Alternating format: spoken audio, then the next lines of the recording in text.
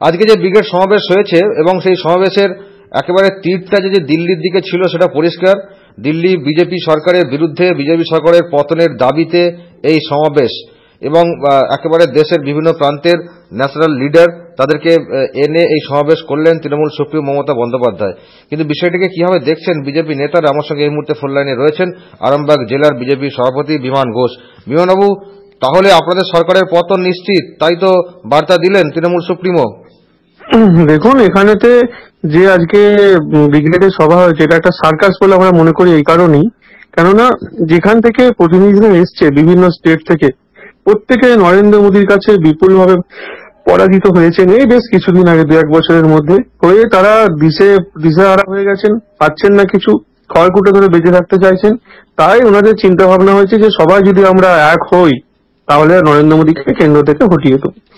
আসলে এই মহাজোট বা মহাগঠবন্ধন যেটাকে বলা হচ্ছে, এটা হচ্ছে ভারতীয় যে নাগরিকদের বিরুদ্ধে হচ্ছে এটা। তো এর জবাব ভারতীয় নাগরিকরা দেবে, ভারতীয় জনতা দেবে। তো আমরা মনে করি এই যে আজকে সভাটা হয়েছে এর মধ্যে কোনো ইতিবাচক দিক নেই, কোনো উন্নয়নের কথা নেই, কি করব তার কথা নেই। একটাই কথা হয়েছে এখানে যে নরেন্দ্র মোদীকে কেন্দ্র থেকে হটাতে হবে। তো যত রাগ নরেন্দ্র মোদীর ওপর, কেননা উনি দেশকে ঠিক পথে নিয়ে যাচ্ছেন, এটাই ওনাদের রাগ ওনার ওপর। সেখানে তো বিজেপি নেতারা অনেকে ছিলেন, শত্রুঘ্ন সিনহা ছিলেন আপনাদের খুবই পরিচিত মুখ, যাকে কেন্দ্র করে বিরাট প্রচারও করেছিলেন আপনাদের নেতারা। তাকেও তো দেখা গেছে, যশবন্ত সিং, তাদেরকেও দেখা যাচ্ছে। ওনারা অলরেডি বিজেপি থেকে বহিষ্কৃত হয়েছেন। বহিষ্কৃত হওয়ার পর ওনাদেরও ইচ্ছা হয়েছে যে আমরা বিজেপিতে বহিষ্কৃত হয়েছি, রাগ সেই বেশে ওনারা এখন বিভিন্ন জায়গায় ঘুরে বেড়াচ্ছেন। এতে লাভ কিছু হবে না, কারণ মানুষ ওনাদেরকে চায় না। বিশ্বাসঘাতকদের মানুষ কোনোদিনও পছন্দ করে না, করবেও না। আপনি পরাজিত সৈনিকের কথা বলছেন, আপনাদের বাজপেয়ী সরকারও তো একটা সময় পরাজিত হয়েছিল এবং তারপর সেই পরাজয় বরণ করে আবারও তারা জয়ী হয়ে আপনাদের সরকার হয়েছে, বিজেপি সরকার হয়েছে, যেখানে মোদী নেতৃত্ব দিচ্ছেন। সুতরাং যাদেরকে আপনি পরাজিত ভাবছেন বা বলছেন, তারা ঐক্যবদ্ধ হয়ে যে জয় ছিনিয়ে আনতে পারবেন না, সেটাই কিভাবে আপনি নিশ্চিত হচ্ছেন?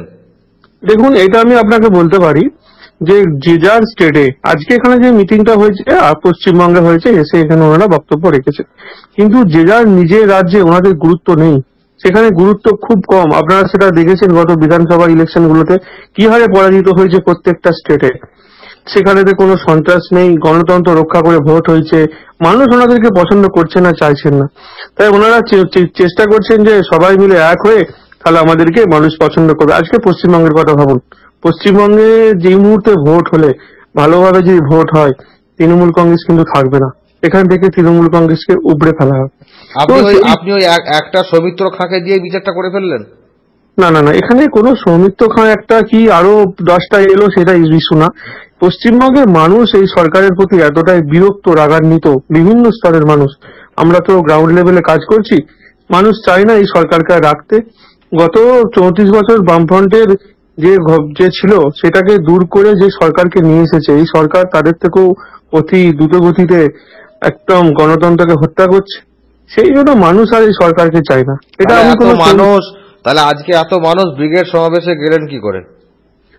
আজকে দেখুন, প্রত্যেকটা মানুষ, আপনি যদি মানুষের বক্তব্য নেন পার্সোনালি, কিভাবে তাদেরকে নিয়ে জানা হয়েছে। কাউকে বলা হয়েছে জব কার্ডের এক্সট্রা রোজ দেওয়া হবে, কাউকে বলা হয়েছে তার কাজ বন্ধ করে দেওয়া হবে, অটোওয়ালাদের বলা হয়েছে তার অটো 7 দিন সাসপেন্ড হয়ে যাবে। সেসব ভিডিও রেকর্ড আমার কাছে আছে।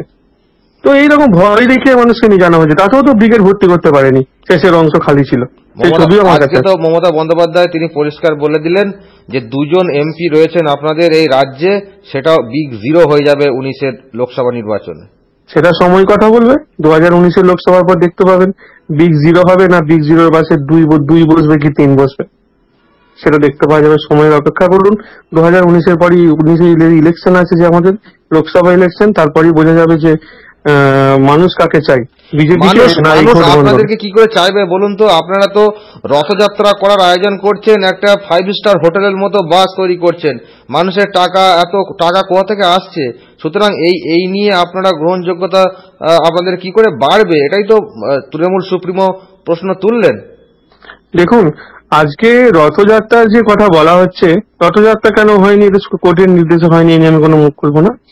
ওই যে বলছেন 5 স্টার হোটেল বাস হ্যান ত্যান বকছেন, এই সবগুলো মিথ্যে কথা বলছেন। এই কথাগুলোর সঙ্গে বাস্তবের কোনো মিল নেই। আজকে একটা বাসকে সাজিয়ে সেটাকে রথ আকারে নিয়ে যাওয়া হবে, এটাই আমরা রথ বলতে গণতন্ত্র বাঁচাও যাত্রা, ওইটাই আমাদের প্রচারের ব্যাপার ছিল। এটা এর বেশি আর কিচ্ছু না, কোনো 5 স্টার বাসও না, কোনো 5 স্টার হোটেলও না। ওনারা সম্পূর্ণ তথ্য জানেন না, তাই এরকম বলছেন। ওকে, আজকের এই সমাবেশের মধ্য দিয়ে এটা পরিষ্কার 19-এর লোকসভা নির্বাচনের প্রচারের একেবারে সূচনা করে দিল। আপনারা কবে থেকে শুরু করছেন আপনাদের প্রচার? আমাদের প্রচার আগামী 22 তারিখ মঙ্গলবার মাননীয় আমাদের সভাপতি অমিত শাহজি আসছেন, উনি সভা করবেন। 22, 23, 24 5টা জনসভা হবে 5 জায়গাতে। আপনার মালদা, ঝাড়গ্রাম, কৃষ্ণনগর, আপনার জয়নগর, আর একটা হবে আমাদের মিদনাপুরে। একটা 5টা জনসভা উনি করবেন। তারপর ঠাকুরনগরে নরেন্দ্র মোদীজির জনসভা আছে। সর্বোপরি 8ই ফেব্রুয়ারি আমাদের ব্রিগেডের জনসভা আছে।